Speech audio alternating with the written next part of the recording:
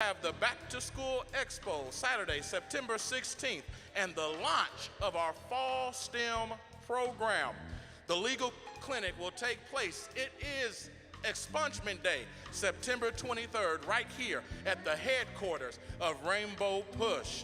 We want to give a happy anniversary to none other than the Fellowship Baptist Church of Chicago, where the founder is none other than Dr. Clay Evans, and the current pastor is none other than Pastor Reginald Sharp. 73 years of service. Come on, y'all, let's give God praise for all that has happened over the last 73 years. And we would not be a family if we did not celebrate the birthdays of Push family members all over this world, namely Excel Board Chair Joyce Tucker, Brother Joe Moore, Dr. Julianne Malvo, Sister Ellen Singletary, Miss Hazel Thomas, Mr. Edward Ford, and none other than Dr. Sonia Whitaker. Again, we have such a power-packed, progressive forum, and I want you to stay tuned. So let's listen to some sounds of the movement with our friends, none other than JTL and Friends.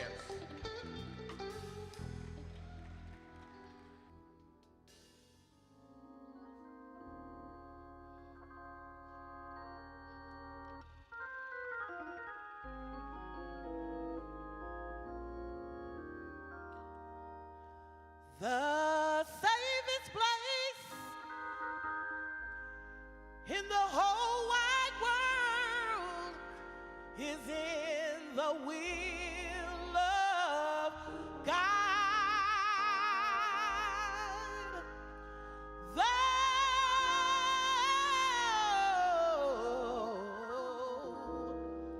trials be great and the wasting time, it's in the will of God. It may be on a mountain peak or in the valley low. But wherever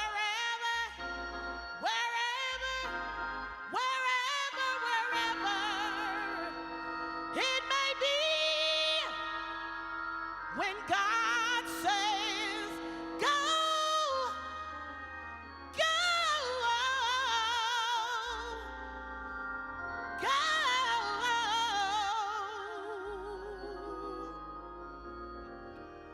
The devil's loose in all the world. There's danger in the land. The safest place in the whole wide world is in the Master's hands. It may be on the battlefront or in the prison walls. But wherever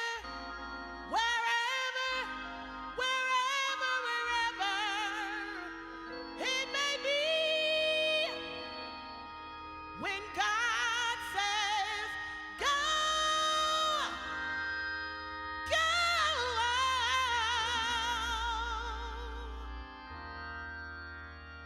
go.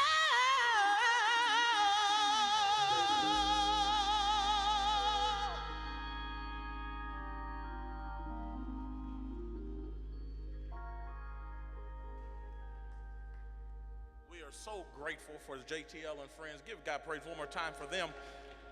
As we move forward, as we continue to fight on in education. We realize that education in our neighborhoods, in our communities, all over this country are oftentimes underserved, underfunded, and oftentimes digging to discover their own education rather than being taught by qualified teachers. And so, to fight back, we want to bring none other than Dr. Sonia Whitaker to speak to us regarding education. Good morning, beautiful people. And how are the children? Our greatest hope is that we're always able to respond that all the children are well. The brief message that I have for you today is that given the times for which we are living, each and every last one of those people that are under the sound of my voice have been called to lead during such a time as this. Now, one of the things that I love that Vice President Kamala Harris said during her debate many, many years ago that changed me, she said, "You don't need permission to lead, just lead." Now, you're probably thinking, well, Doc, that's cool. I don't consider myself to be a leader. I would highly suggest that we come to grips with the fact that we don't have a choice but to lead. I challenge you on this day to consider your gifts and your talents and the extent to which you can practice what I refer to as the policy of intentionality as it relates to giving of those talents in the manner in which we have to do. I'm reminded of one of my favorite authors, Jim Collins, in his book entitled From Good to Great. And he suggests to us that before any organization, before any group of people can take the work that they are attempting to do to the next level, they have to face what he refers to as the brutal facts of reality.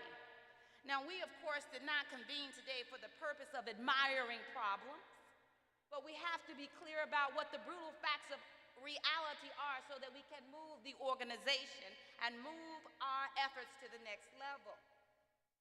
We got to be clear about what we're up against.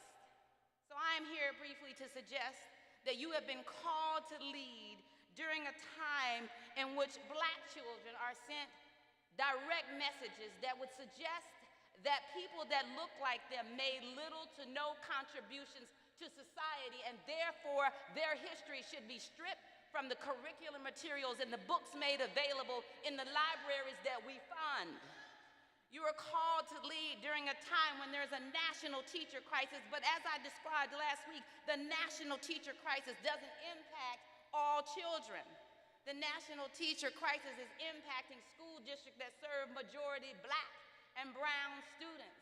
You are called to lead during a time in which some of our children still don't feel safe when they report to schools every single day. If you think about just the 3 points that I made, it is also important to recognize that when some of our students actually make it to school, school's been in session 2 weeks and some of the kids are already being suspended. You know what I said to a group of teachers yesterday? You can't discipline trauma. You cannot discipline trauma. And so we've been called to lead during a time in which students' trauma, they bring to school every single day. They bring cultural baggage every single day. We are called to lead during the times in which I have just described. And as I said moments ago, we didn't convene for the purpose of admiring problems. Many of you are very much well aware of the fact that right now there is an American explorer stuck in a cave in Turkey. He has fallen ill. And one of the things that I found so amazing when I saw the camera, technology is amazing, you all. They got a camera down there and he's able to talk to us. I'm not sure if you paid attention, but what really struck me is even in his illness, all he kept talking about was how the people was coming for him. There are hundreds and hundreds and hundreds of explorers coming for him. You know what they said on the other side of that cave? Is he's one of ours. He's one of our own. And so I stopped by to suggest that we do the most as it relates to Black children and brown children. What do we need to do? My kid said to me yesterday, "Mama, you be doing the most. You be doing too much."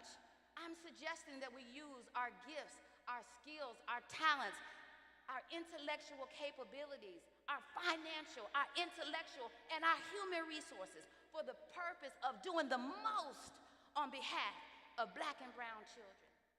And I would conclude by suggesting that this work is not for the faint at heart.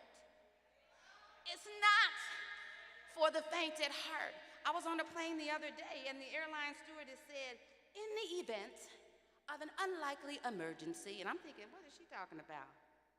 That the plane goes down, the first thing that you are to do is to take that oxygen mask and put it on yourself. Now, I don't know about you, but I have children. And my first thought was, if they were on this plane, that I would be wanting to cover them first. And then I was reminded as a leader, seeing as we have all been called to lead during such a time as this, I have a fundamental obligation to recognize that what I've been called to do is not for the faint at heart, and therefore I have to take care of myself so that I can take care of my people. And so I'm here to suggest, again, that you give of your skills and your talents, that you recognize that this work is not for the faint at heart, so you got to take care of yourself. And in closing, as Margaret Mead would suggest, never doubt that a small group of committed people can change the world. In fact, it is indeed the only thing that ever has. Thank you so much for giving me of your gift of time. I would like to turn it back over to Pastor Chauncey. Thank you so much, Dr. Whitaker, for sharing that impactful message with us. Students and parents, it is imperative as we approach this school year that we take our education seriously. We must remember as students that you will attend school daily. You will respect the authority of your parents and teachers. You will study 3 hours each night without interruptions from anything or anyone. You will read each day and complete all of your classroom and homework assignments. But just as Dr. Whitaker shared, you cannot punish trauma. And so parents, we have a responsibility to do these following things. Take your child to school. Meet my child's teacher. Exchange phone numbers with my child's teacher. Turn off the TV 3 hours a night. Put the phones away 3 hours a night. Pick up my child's report card each grading period and take my child to church or temple or synagogue. Fight for equal, adequate funding for public education. This is all of our fight, and that's why we must all take a pledge to build a strong community. With that being said, speaking of young Black and brown students all over this country, we want to highlight the modern-day Emmett Till in Brother Jelani Day, and to do that, we will welcome none other than our National Youth Director, Cameron Barnes. Thank you so much, Pastor Brown. I want to give you an update, Push family. Ms. Carmen Bolden Day has been meeting with Reverend Jackson and our new national president, Dr. Frederick Haynes, several times this week. If you recall, on August the 26th, we, Dr. Haynes, along with myself and the Jelani Day family, were in Washington for the commemoration of the March on Washington in 1963. That was August the 26th of 2023. Let me just draw a couple parallels. It was August the 28th, 1955, that Emmett Till was abducted and subsequently murdered. It was August the 28th, 1963, that we did the March on Washington and that Dr. King gave his I Have a Dream speech. And it was supposed to be August the 28th, 2023, that the Jelani Day Task Force and the Jelani Day family, along with representatives of PUSH, were supposed to be able to meet in Champaign, Illinois, to be able to get some kind of leeway and progress on this case. That meeting, scheduled for August the 28th, 2023, 60 years after Dr. King's I Have a Dream speech and 68 years after Emmett Till's disappearance and subsequent death, was then thwarted and canceled. Why was it canceled? Because Ms. Day shared some photographs that we all need to be aware of. Photographs of footprints that were found in the mud around the river where Jelani Day was then found.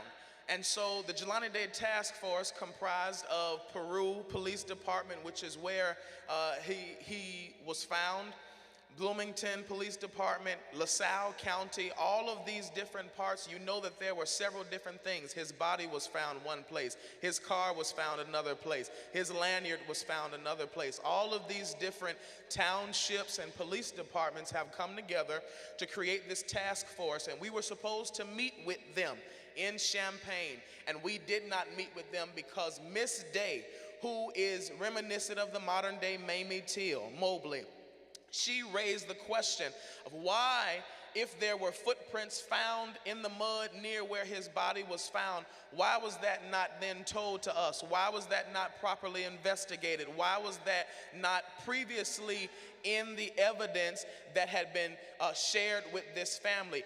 That came back from Sarah Raymond that, of course, that these were footprints of a certified technician who was at that, a medical technician who was a part of the investigation team.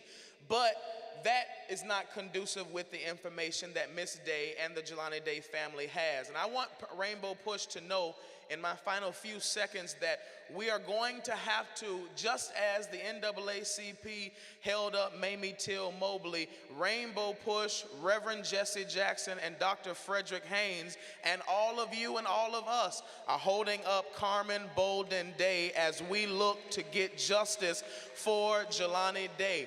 And so Miss Day was here this week. She will be back in the coming days, but I want you to continue knowing that we're still fighting for justice for Jelani Day. In August of 23, this is the 2-year anniversary of this disappearance and subsequent death. We're still fighting for Jelani Day. We need your help. We need your support. Thank God for Dr. Haynes. Thank God for Reverend Jackson. And thank God for each and every one of you at Rainbow Push. Thank you.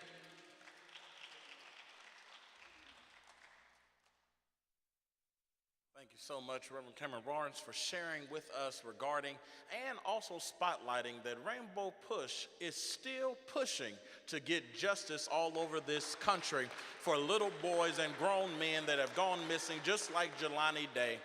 And with that being said, don't forget, if many of you had the opportunity to tune in yesterday and watch the news, you will see that we issued a statement and a press conference dealing with the migrant issue that is happening all over this country, impacting not just Chicago, but on the southern borders of this United States of America. So we want you to stay tuned, stay informed, and do your part in pushing for justice for all people, leveling the playing field that we all can reach our goal. With that being said, I want to welcome none other than our Acting Executive Director, Bishop Tavis Grant, as he will introduce our keynote speaker.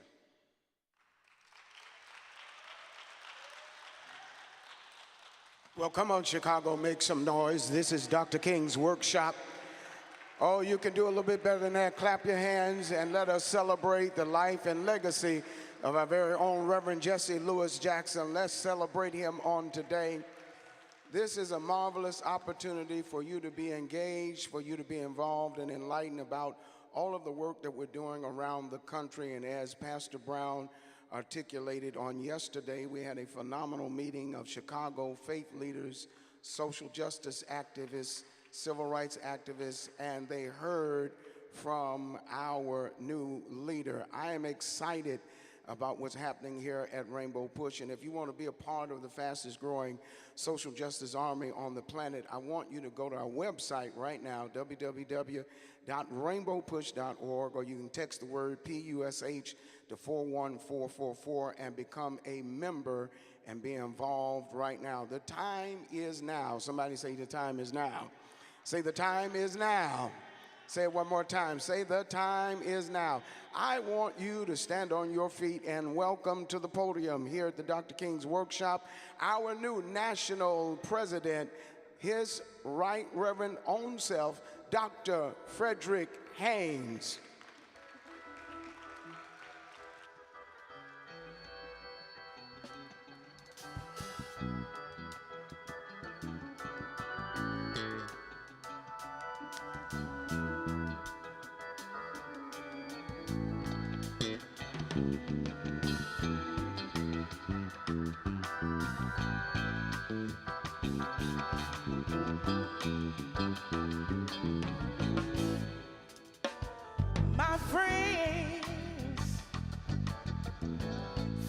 it's their appointed duty. They keep trying to tell me that all you wanna do is use me. But my answer, get all that use me stuff. I wanna spread the news that you feel this good getting used. Oh, if you keep on using me, yeah, till you use me up, until you use me up. My brother,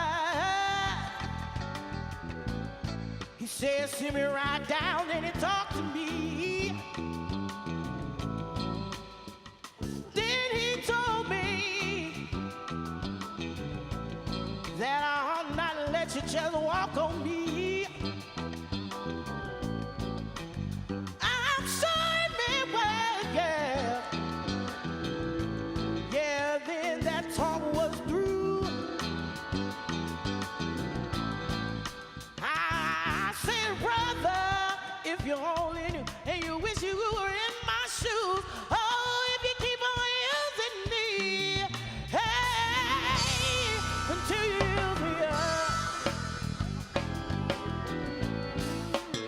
until you use me up.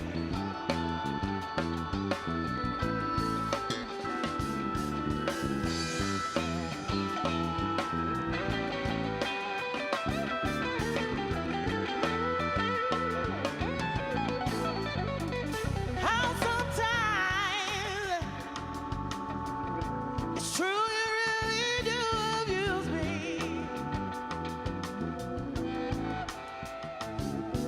You get me in a crowd of high-class people, and then you act real rude to me. Oh, baby, baby, baby, you know that you love that I can't get enough. I wanna spread the news that it feels this good getting used. Oh, if you keep on using me, hey, until you use me up, until you use me up. Until you use me up. Hey, until you use me up.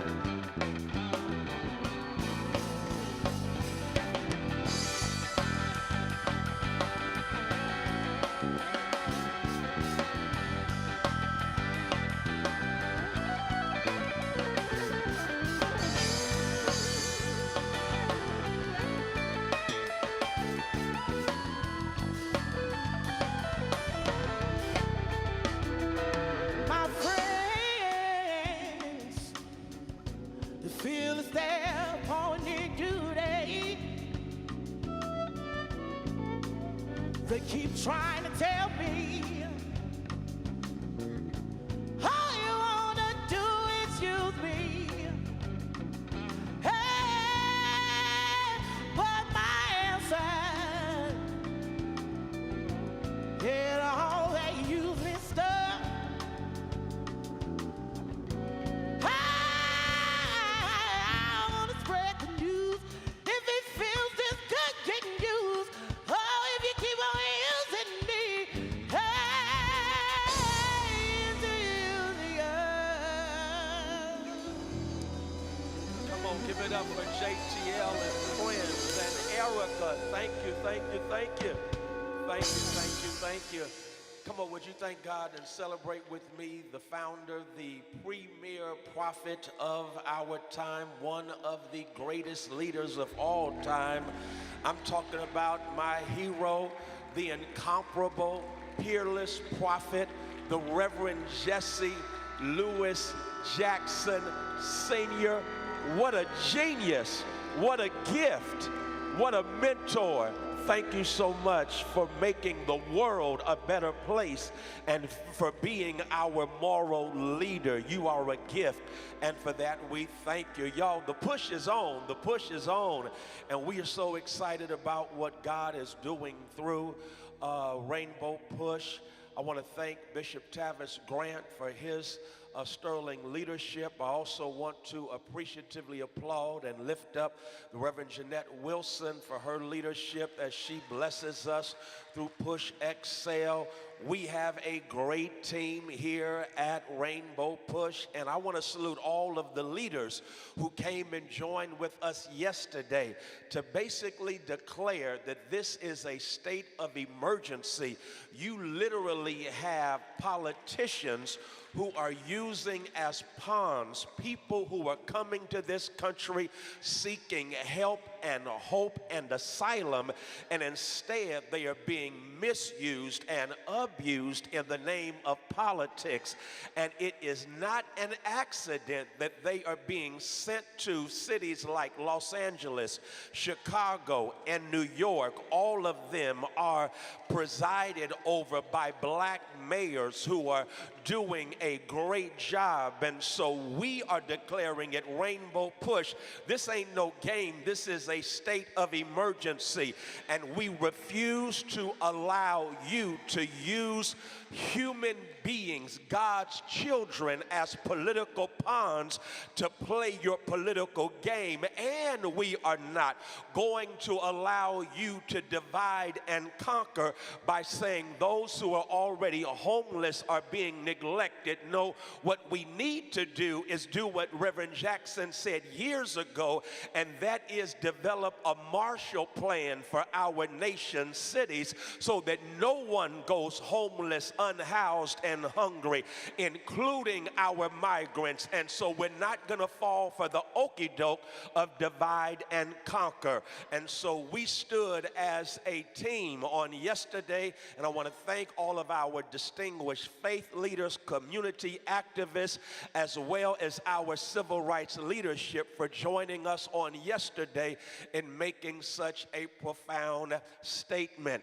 I'm so glad to be back here at the Saturday morning forum, Dr. King's workshop. I have been on the move because y'all know the push is on. And so since we were last here, we were privileged to go to stand with our striking writers and actors in Los Angeles, and there at Paramount, we stood with SAG-AFTRA. We believe in you. We believe that you ought to have a living wage and not be dissed and dismissed. And so we salute our wonderful writers and our actors, because everybody ain't getting paid like Meryl Streep. They work hard and they often don't have access to health care. We want our writers and actors to be taken care of. But also, we were privileged to go to the border and taking a tour of what's happening at Rio Grande Valley, where the governor of the state of Texas, campaigning to be the Grand Wizard, has determined that he's going to do everything in his power. A lawsuit has been filed, but we saw with our own eyes the contraption in the middle of the Rio Grande River that is basically designed to drown those who were seeking asylum and help, and then to have a razor wire fence just beneath the water line. It is demonic. It is evil. And so thank God that a lawsuit has been filed, but we stand against that kind of evil that dehumanizes our neighbors, that dehumanizes in an evil way those who are struggling and suffering. And so the push is on. We are continuing the struggle. We are continuing the fight. We are standing with the family of Jelani Day as Cameron, our brilliant and wonderful youth director, is on the case, and we salute him and thank God for him. Now, I want to share with you today, as we now are in the midst of going back to school, I want to use as a subject from which to share. But right before I do that, I've got to share with you some special guests I have today that you've got to know and show love to.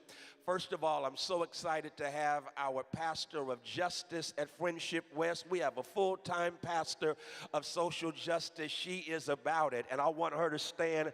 Pastor Danielle Ayers, thank you so much for your leadership. You will see a lot of her. She is a gift, she is an activist, she is a leader and a servant and a preacher of the gospel. She is, watch this, has a master's of divinity and a master's in public policy. That's a bad sister right there, and working on her doctorate degree right now.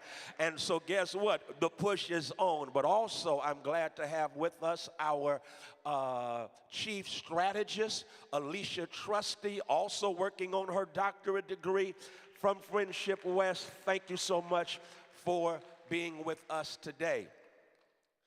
Our educational leader has challenged us, and so Dr. Whitaker, thank you so much for what you are doing today. I want to talk about, yes, give it up for Dr. Sonia Whitaker for her leadership. I want to talk today from the subject, strong minds break strong chains.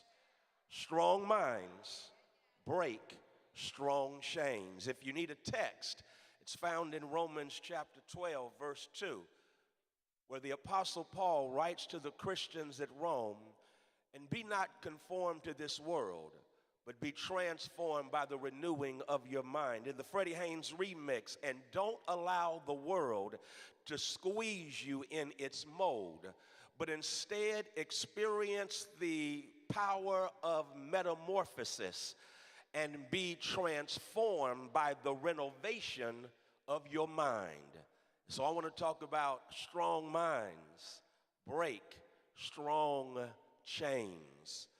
Sadly, sinfully, shamefully, the politics of gaslighting has resulted in the misinforming and even the deforming of our education system. Yes, the politics of gaslighting is now shaping policy as it relates to public education. And one may well put in conversation the brilliance of Jacob Carruthers and Bobby Wright, both Chicago-based brilliant educators and activists. Jacob Carruthers, in his book, Intellectual Warfare, coined a term, historicide. You've heard of homicide, genocide, suicide.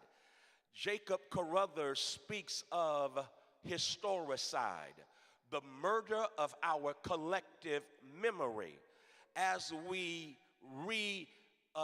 engage in revisionist history, historicide. But not only do we have historicide, but we have what Bobby Wright, the brilliant black psychologist, called menticide. Historicide is resulting in the menticide of our children. Menticide, of course, the murder of our minds. Historicide, which engages in revisionist history, as it lifts up the contributions of some while minimizing the contributions of those who were othered.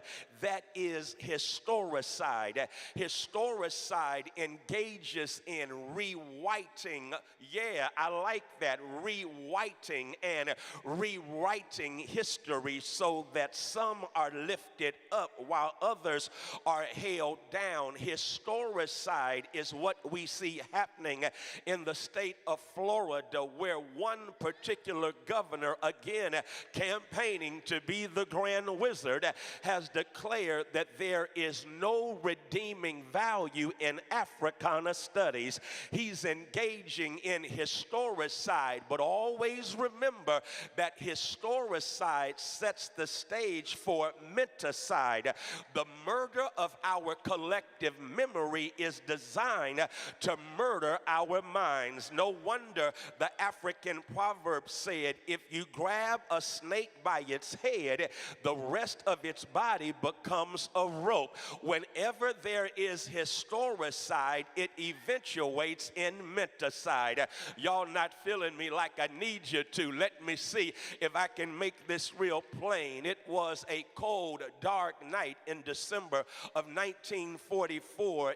World War II is going on, and psychological warfare takes place as German paratroopers on this cold, dark night in December of 1944, they somehow penetrated Allied lines, and what they did was engage in what history now calls the Battle of the Bulge.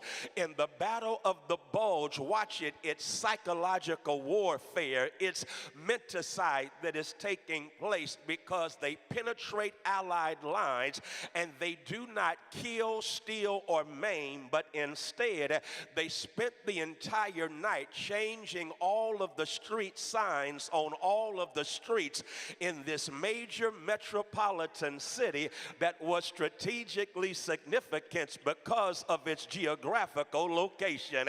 They spent that night changing the signs. Use now your anointed imagination as the populace wakes up the next morning, greeted by the sun, getting ready to navigate the streets and go to their respective places of work. But hold on, many of them got lost and the city was in chaos because somebody the night before, engaging in psychological warfare, had changed all of the signs on all of the streets in this major metropolitan city that was strategically significant because of its geographical location. What a metaphor, my sisters and brothers, for what is happening in our nation in the realm of education today. There are those engaged in the politics of gaslighting, and they are changing the signs, and as they change the signs, we find our educational environment in chaos. Our children find themselves going to schools where lies are taught instead of the truth because there is a determination to protect, watch this, the feelings of children whose ancestors were perhaps on the wrong side of history, and so they're changing the signs and utilizing the politics of gaslighting. Psychological warfare is taking place. Historicide is setting the stage for menticide. But here we are at Rainbow Push, determined to say we are going to rechange the signs and deliver our children from this context of chaos. Why?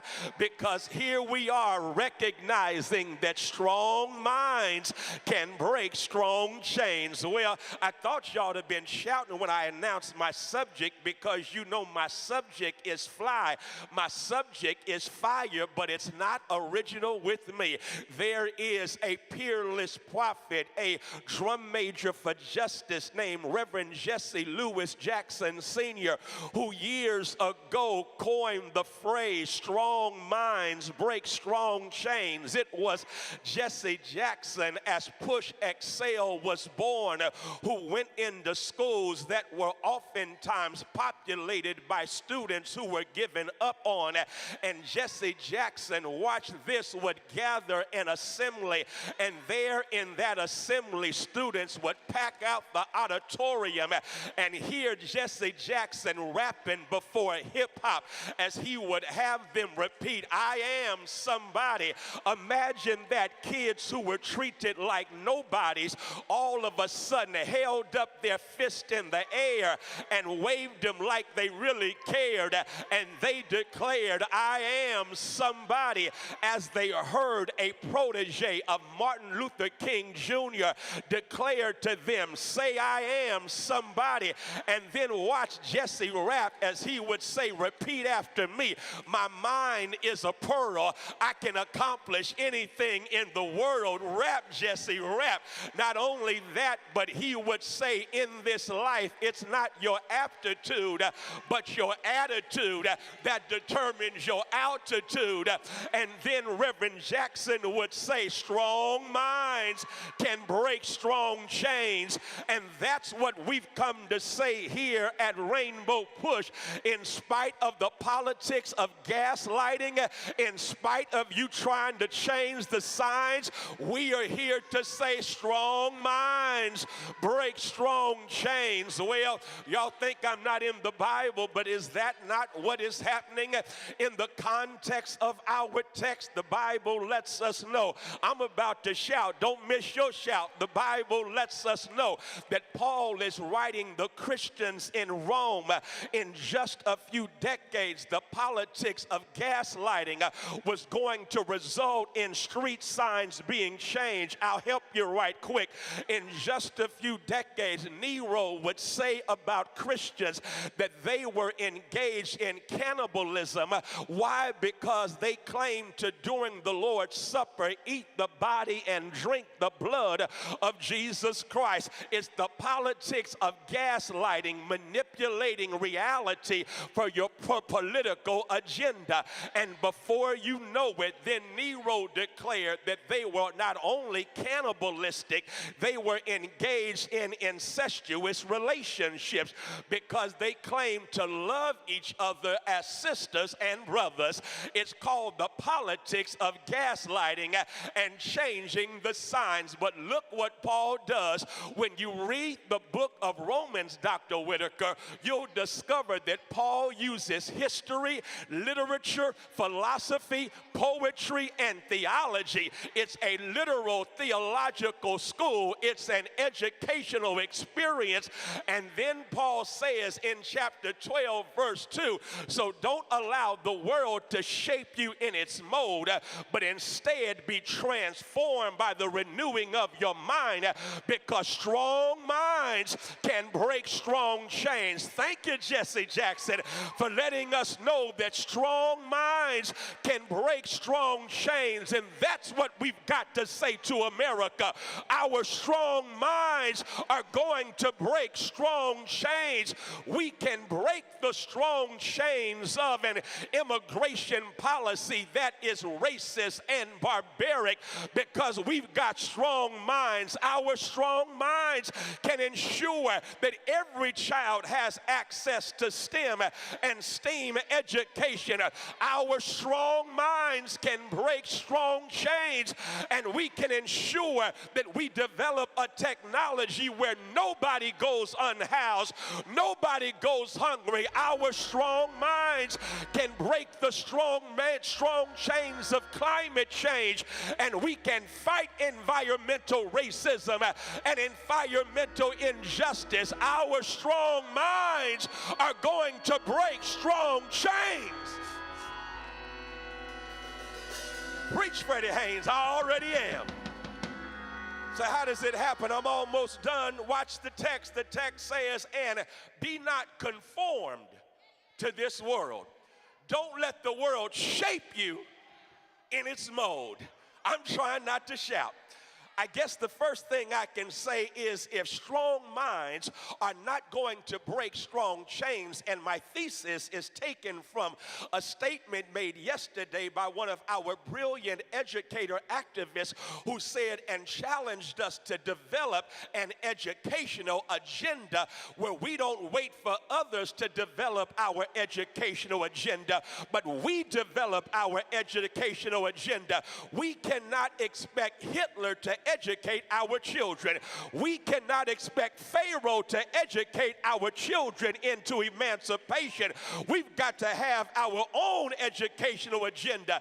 And when we have it, watch this, I love it. It's because instead of going with the flow, we create the flow. Y'all missed your shout right there. I'll let you know right quick that I'm remixing Jay-Z. Because Jay-Z rap, he said, don't go with the flow, be the flow. You didn't shout. And be not conformed to this world. Don't go with the flow. Be the flow. Because y'all know the flow is going in the wrong direction. Have you checked the flow? According to one educational organization, do you know that right now, $226 billion goes to white school districts more than poor school districts?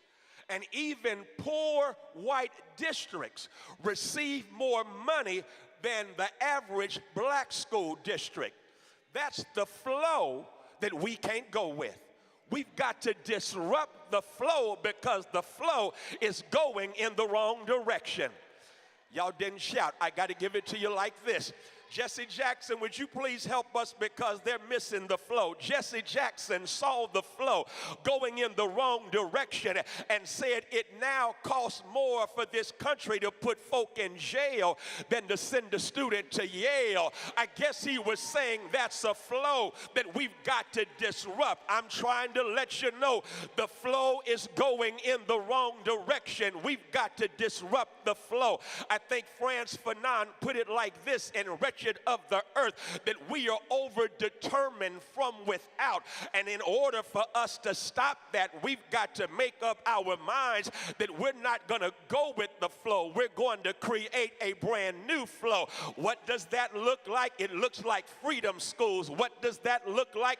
It looks like taking over local boards of education and bringing to them our educational agenda. What does it look like?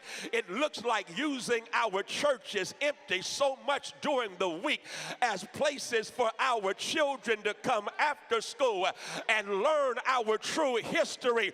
We can't go with the flow. We got to create the flow. I guess I'm not coming through, but I am saying some good stuff. It's in our DNA. Do you not know? Please Google when you can. Edward Berry Meacham, born in the late 1700s into slavery, and yet somehow worked through carpentry to free himself, to free his wife, believing in the power of education. Brother Meacham, there, watch this, goes to Missouri, and there in Missouri begins to educate our children.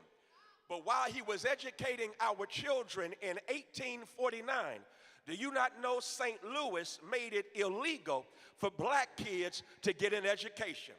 What did Brother Meacham do? Brother Meacham decides, all right, since I can't educate the kids in St. Louis, I'm going to use a steamboat.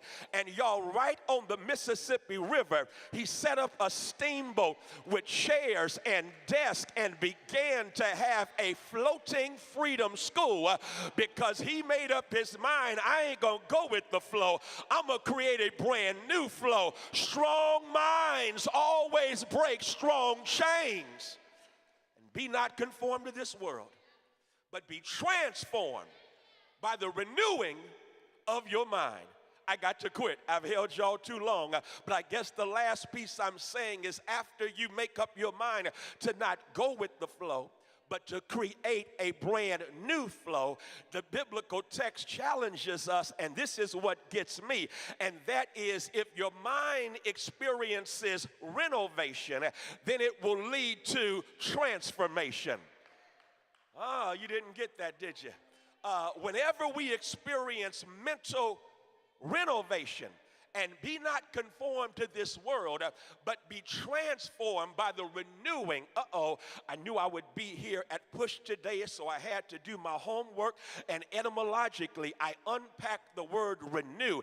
In the Greek New Testament, it's going to shout you. The word renew in the Greek New Testament was also used as a synonym for renovate, or renovation, or reconstruction. And don't be conformed. Don't let the world shape you in its mold, but instead be transformed by the renovation of your mind. Y'all didn't get that. Be transformed by the reconstruction of your mind, because strong minds break strong chains. And when your mind gets renovated, when your mind gets reconstructed, strong minds can break strong chains. I love that so much. Martin King looked at this text and preached a sermon called A Transformed Nonconformist, because when your mind has been changed, you don't conform to the powers of this age. When your mind has been changed, you become a transformed nonconformist. Colin Kaepernick testified. I hope you saw his testimony, because Colin Kaepernick in his documentary testified that when he was growing up, he was an athlete, a star in baseball and football in his high school, and yet he was wearing, watch this, influenced by Allen Iverson, he's wearing locks. And do you know that they told him at that white school that his crown, I like the Crown Act, that his crown was not good, it was inappropriate, and they made him shave his locks. He's only 14 years old. He said he did not grow braids until 14 years later. His testimony is that he knew it was wrong when they did it to him, but he did not have the mental equipment. He did not have the intellectual facility to fight back, but he says, I can fight back now, and he grows his locks back. What am I trying to say? Whenever your mind has been renovated, then you've got the power to fight back. And when you've got the power to fight back, it's because strong minds always break strong chains. I think Langston Hughes was right when Langston poetically testified, Negro, sweet and docile, humble, meek, and kind, but beware of the day when we change our minds. Strong minds can break strong chains. I guess I'll quit. I've held y'all too long. It got good to me. I've missed you. So let me give you this last piece like this. And this really shouts me because Big Sean, the rap artist, he piggybacks on Jesse Jackson. Big Sean has a bar that's mind-blowing. Big Sean said, I learned that a loaded mind is more dangerous than a loaded weapon. You didn't shout. A loaded mind is more dangerous than a loaded weapon. Jeremiah Wright Jr., that great prophet, in 2015 in a sermon testified that our challenge today is to get Pookie to put down the gun and pick up a book. Because once Pookie picks up a book, he'll discover that Big Sean is on point. More dangerous than a loaded weapon is a loaded mind. Because when your mind is loaded, you've got a power that the world didn't give and the world can't take away. Y'all not shouting, but y'all know that's what happened. Kathleen Cleaver says with the Black Panther Party, a young man came to join the Black Panther Party because he was turned on by the black berets and the black jackets and watching them police the police. And when he came to join, he came to get his black beret and black jacket, and instead they gave him a stack of books, and he said, I thought y'all were going to arm me. He said, when you read those, you will be armed, because strong minds break strong chains. A loaded mind is more powerful than a loaded weapon. Y'all didn't get it, so let me call the roll. Y'all do know we've had some loaded minds, and they were more powerful than loaded weapons. The loaded minds of the Dogon people before Columbus got lost and Copernicus had a telescope, looked up and discerned that the constellation of the stars declared that the earth was not flat, but it was round.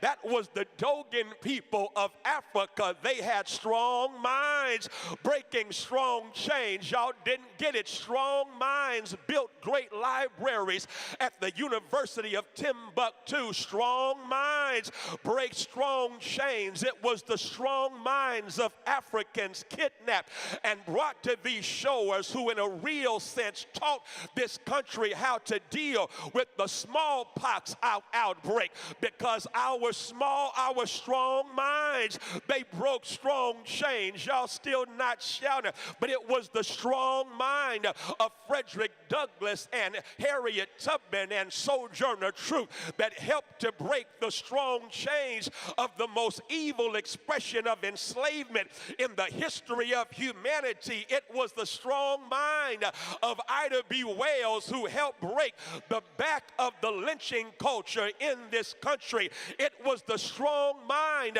of Paul Robeson who lifted up the beauty of blackness and stood against economic injustice in this country. It was the strong mind of W.E.B. Du Bois who went to Harvard University along with Carter G. Woodson and then began to break the stereotype of ignorant black people in this country. It was the strong mind of Martin Luther King Jr. who marched from Selma to Montgomery to break the back of Jim and Jane Crow segregation. It was the strong mind of Charles Hamilton Houston who used Howard University Law School as a place for social engineering that set the stage for the 1954 Brown versus Board of Education. It was the strong mind of Fannie Lou Hamer who went to Atlantic City, New Jersey to the Democratic National Convention and declared we're going to have democracy because we ain't coming for 2 seats. All of us is tired. It was the strong mind of Ella Baker who said strong folk don't need strong leaders. All of us have leadership capacity. It was the strong mind of Jesse Jackson who declared if y'all won't go get Robert Goodman, I'll go get Robert Goodman. It was the strong mind of Jesse Jackson who said if y'all won't go to Iraq and deal with Saddam Hussein, I'll go deal with Saddam Hussein and free hundreds of those who were prisoners over in Iraq. Thank you that strong minds break strong chains, because my Bible says God has not given us a spirit of fear, but power, love, and a sound mind. Strong minds break strong chains, because Jesus said, and you shall know the truth, and the truth shall set you free. Strong minds break strong chains.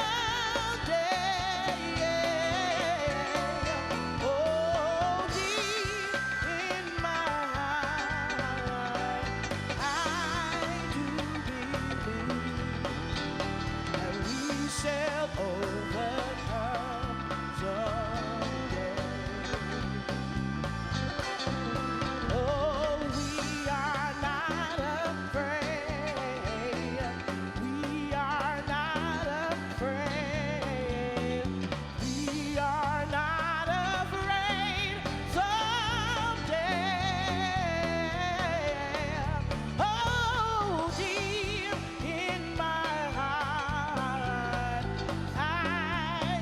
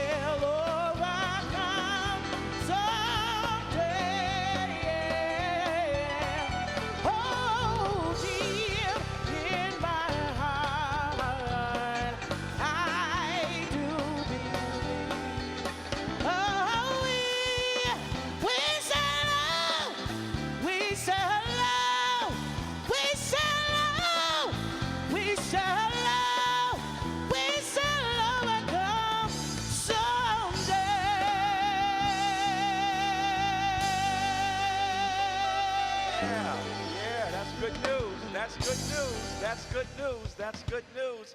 Listen, I want to, first of all, I want to thank Pastor Chauncey Brown.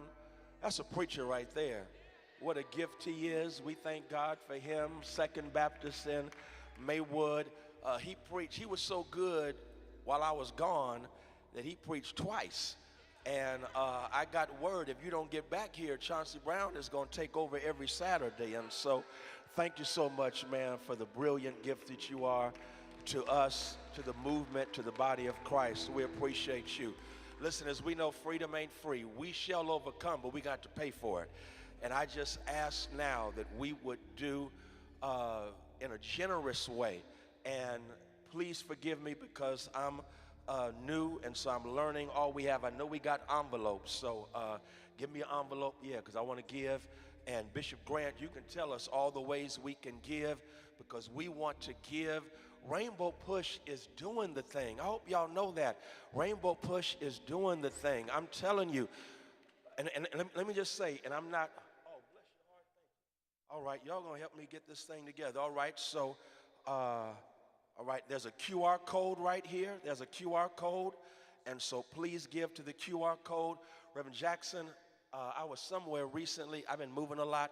And Givelify, they say they want Rainbow Push to be on Givelify. And so we're going to get that hooked up real soon. And so please know, Rainbow Push is doing the work, y'all. We're doing the work, and we're standing with the family of Jelani Day.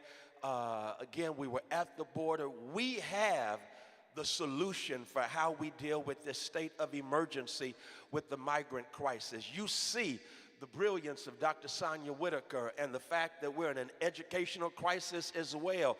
We have a responsibility, what Dr. Whitaker, to make sure the children are well. That's how you know how you're doing. And so, but in order to do that, we've got to do our part. If I was Reverend Jackson, I would say if you got $100, please give us $100 right now. I would be the first one to say, thank you to our amazing, legendary sister. Thank you so much. If you're going to give 100, then I got to give 100. So we're going to do this thing. Rainbow Push is what's up, okay? Rainbow Push is what's up. And I'm going to ask, Alicia, would you mind filling this out for me? Thank you so much. All right. What is this right here? The same thing, okay. All right, cool, all right. So please, if you can give $100, please do that. We're doing the work, but it costs to do this work. But I promise you, it's a cost that if we do our part, we shall overcome. And strong chains can't handle our strong minds. If you don't have $100, please give $99.99. And that will bless us greatly. If you can't do that, if you got $80, if you got $50, $20, we want you to give your best gift to this work because we are doing the work and God is going to honor and bless us as we move forward. So thank you very much. Please forgive me. I've got to catch a plane. I got to preach in Dallas tomorrow. I got another job. And so I got to go back to Dallas, but you know I'm going to be right back. And so I thank you. And again, I want to just thank God for Reverend Jesse Jackson. God has gifted us with you, and we don't take that for granted. God bless you. Reverend Jackson gave $100. I need to borrow $100 from you, Reverend Jackson, okay? So Reverend Jackson is going to let me borrow $100. And let me just say this right quick. What is so beautiful is I need y'all to know he is walking me through this transition. He's literally pouring into me, giving me his wisdom, walking me through this transition. And I just got so much love. Thank you so much, Rev, for your blessing and for being such a gift to all of us. God bless you. Bishop Tavis Grant, please receive the Bishop Tavis Grant, the cleanest bishop in the history of bishopdom. One more time for our national president, Reverend Dr. Frederick Haynes. Those of you who are giving, if you're giving online, you can text the word PUSH to 41444. You go to that website, www.rainbowpush.org. Have you enjoyed yourselves today? Have you enjoyed yourselves today? I want to thank all of our participants on today, and don't forget to follow us in all of our activities that we're doing each and every day, 7 days a week, somewhere in the world. The work of Reverend Jesse Lewis Jackson is going forward. I want to ask that you would stand. I want to thank all of our members and our visitors. Those of you who have not done it, you need to do it. $35 to become a member of the Rainbow Push Coalition, $15 for seniors and students. It is a great contribution to a great cause, and that is the work of keeping hope alive. I want to thank our volunteers and our staff, our camera crew, our musicians, our singers for making this an amazing, amazing, amazing day. Clap your hands and give yourselves a round of applause. I'm going to ask Reverend Chauncey Brown to come and give us our benediction. And thank you so very much for helping us keep hope alive.